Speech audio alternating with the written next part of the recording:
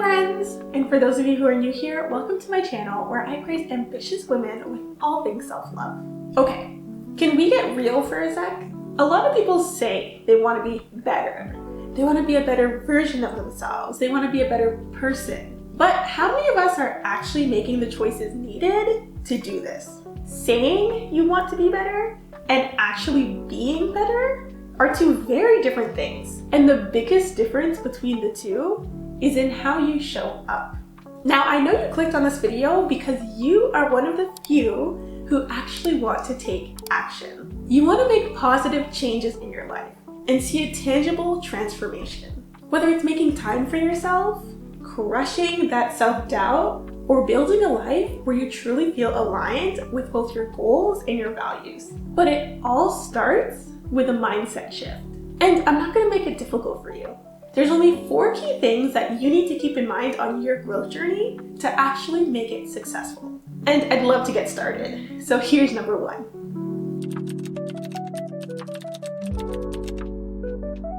Okay, so just to be clear, we are focused on growth right now. So what that means is that we have to reframe our thinking when it comes to how we view challenges, or at least how we approach them. To do this, we need to get really honest with ourselves, okay? The last time you had a problem occur, what did you do? Did you focus so much on the problem? Did you sit in there for a very long time and just dwell on the fact that you have the problem?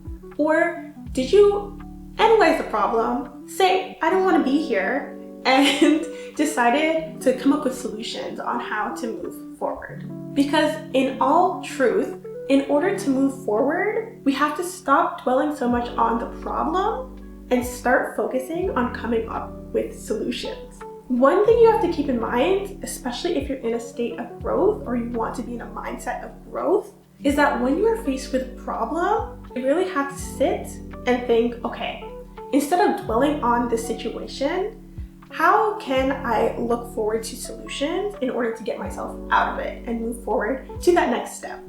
I think one of the things that annoys me the most is somebody who is always focused on the problem.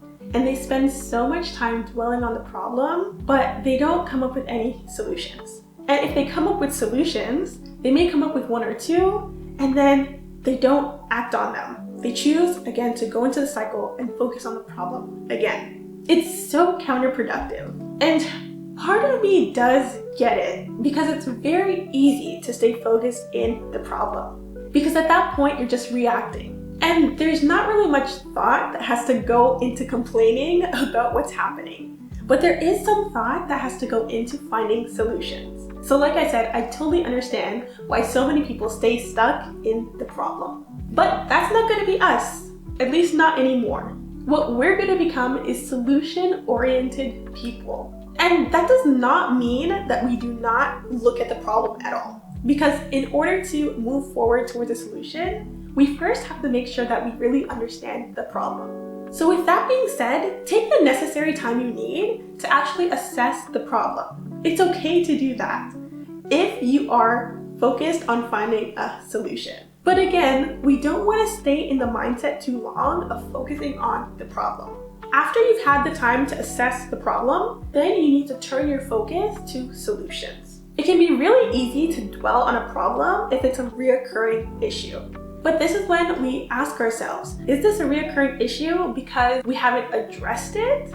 Or is this a reoccurring issue because we've tried to find solutions in the past and those solutions just aren't working?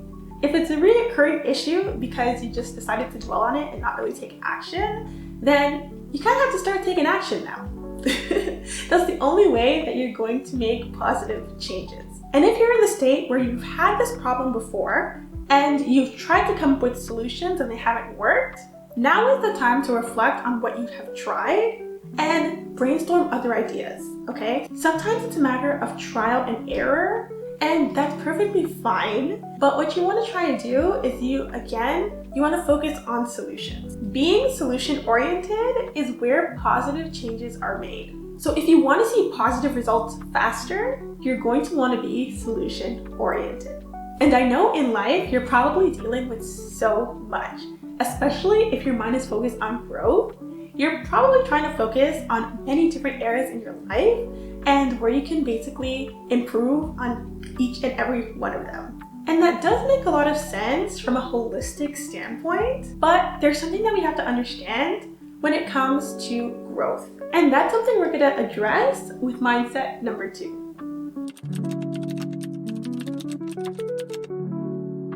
So when it comes to growth and being solution-oriented, you're probably now thinking, okay, so I have problems in multiple areas of my life, or there are things that I want to improve on that are not necessarily problems, but I know I want to improve.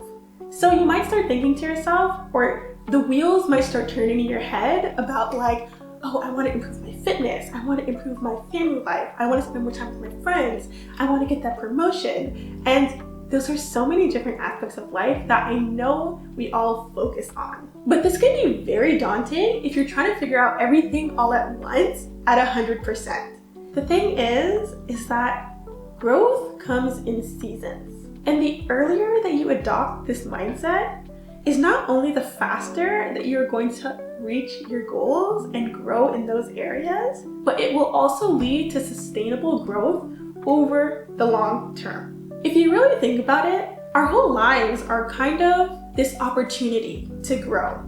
I know a lot of people are afraid that they've peaked in high school, but that choice is really up to them. I'm pretty sure you're not the same person as you were in high school, but if the direction of your life isn't headed where you want it to go, then you probably have to start thinking about where you want to be and start moving towards that. And maybe you haven't peaked in high school, and maybe you know that. But maybe all the things that you're doing and all the weight that you're trying to carry in different areas of your life is starting to weigh on you. And that is completely normal, especially with the whole idea of work-life balance that's been going around. It's very easy to experience burnout. So I want us to stop this. Like, work-life balance is a thing of the past. What we should really be focused on is growth in seasons and finding harmony between the attention that we're giving our life tasks. And life tasks is a term that was coined in The Courage to Be Disliked, which is a book I have currently been reading. I actually finished it yesterday. Still don't know how I feel about it, but there is some pretty good, tidbits in the book that I can I can definitely jive with. But what the book kind of gets at is the fact that there are many different areas in life where many of us focus our attention. Or there are times when we choose to just dismiss them and sweep them under a rug. Or there are some of us who decide to, sweep some of those things or all of those things under the rug and decide just not to deal with them. Some of those things include family life, work, community engagement, and so on. But it's so easy when you're in a growth mindset to try to develop all of those things at once. But you have to remember, there's only so much time in a day. And you can be as efficient as humanly possible, but still focus on a couple of things well. Otherwise, you're really just diluting your efforts, and that will ultimately get you to your destination slower. When you focus on a couple of areas at a time, you have to remember that that's perfectly okay. And oftentimes, that's just what will happen in life. If you don't do it intentionally, sometimes it just happens naturally. And we have to be okay with that and not beat ourselves up when we decide that we're going to focus only on a handful of things at a time. I'm telling you, work-life balance mindset has really done a number on society because we're trying to do it all at once. But when you shift your mindset to seeing life and your growth journey in seasons, it actually will make you feel so much better on a whole.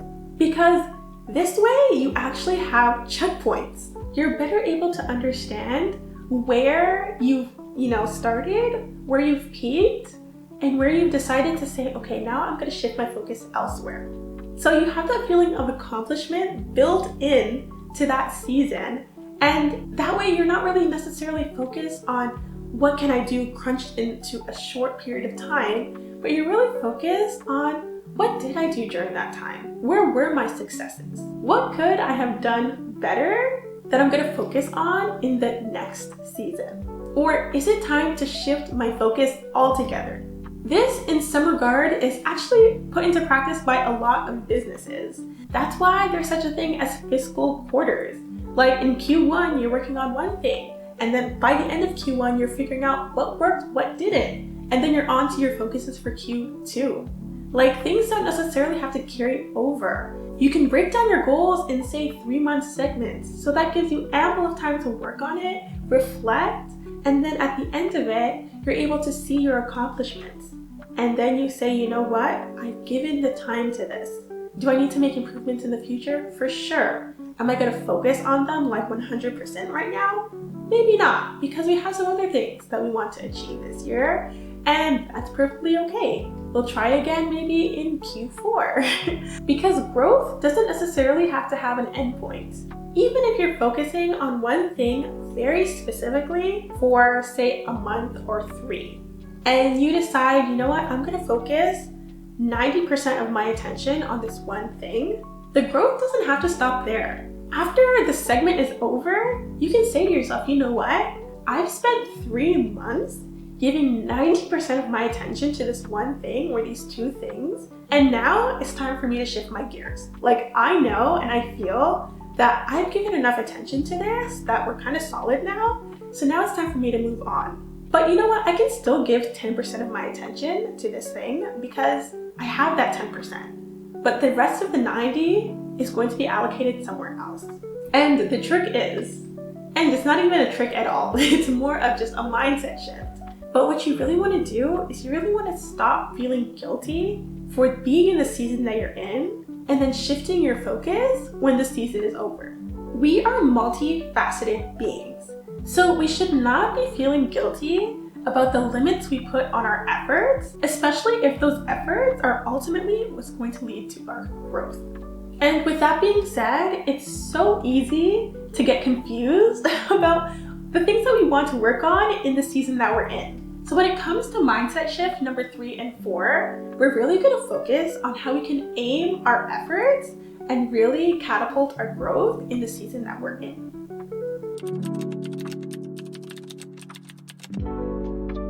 When it comes to developing the plan for what you're going to do in the season that you are currently in, there is something that you really have to do. And that is outlining your key action items. It's not about focusing on every possible way that we can reach our goals, but it's about focusing on the ones that align with your values, align with where you are now, and align with your capacity. The day and age that we live in is both a blessing and a curse. There's so much information out there, and you can learn anything online. And that is so great. Barriers to entry have gone way down. But the thing that we have to realize is that sometimes we cause our own barriers by not making a decision. When we know where we're headed, that's great. But the path in which to get there, that's where things can be a little fuzzy with all the information that we have available to us. So what we need to do is we need to come up with a plan and then not get distracted with everything else that could potentially be out there for us. Yes, there will be a time to do some research and explore the options, but you can't spend too much time in that, otherwise it just turns into procrastination. You should give yourself a set amount of time to do some research, figure out what the best plan is for you in the season, and then get to taking action. And oftentimes, this is not a do it once kind of thing. Many times what we have to do is we have to take consistent action over time to see the results that we're looking for. It can be very easy to come up with a plan, do it for a week or 2, and say, this isn't working. Like, I spent 2 weeks on this thing and I'm not seeing the results. Or I'm seeing some results and it's just going so slowly. That right there is impatience. And it's something that we kind of all have to battle, especially because we're on our own journeys. What works for someone else, you have to understand that that may not work for you. And that's just part of the growth journey. Sometimes you have to figure out some things along the way on your own, and that doesn't mean that you failed or that the method itself has failed. It just means that it needs a little tweaking. And sometimes, a lot of the time actually, It just needs a little more time. So when you're taking action, give yourself, I love to note my small wins because that gives me a note of the trajectory in which I'm headed. So I'm not so focused on reaching on the big goals right away, but you're focused on the direction of your growth.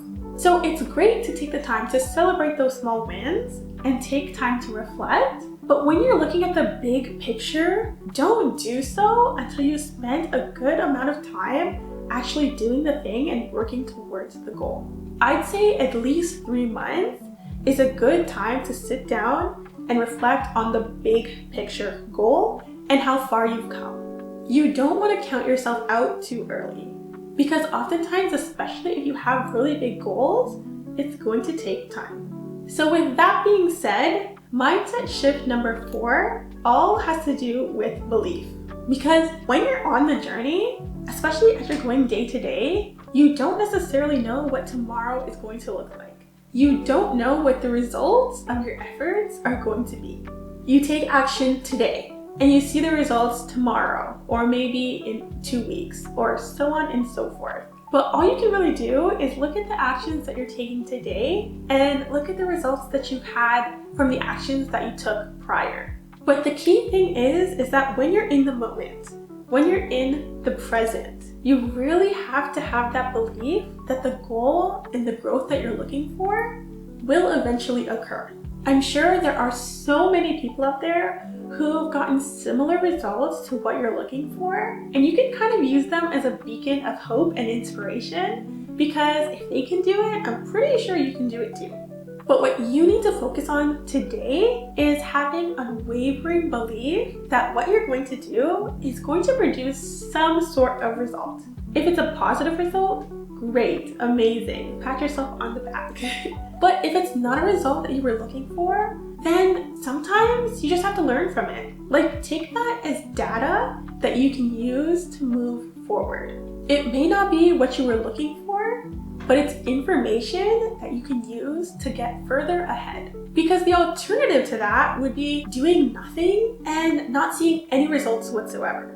And we both know that if we did that, you would literally get nowhere closer to achieving your goal. So along the way, take the wins, take the lessons, and be able to say to yourself, you know what, today, I'm still gonna make the effort. Because I believe that one day, may not be today, may not be tomorrow, but I know one day it's going to happen if I keep working towards it.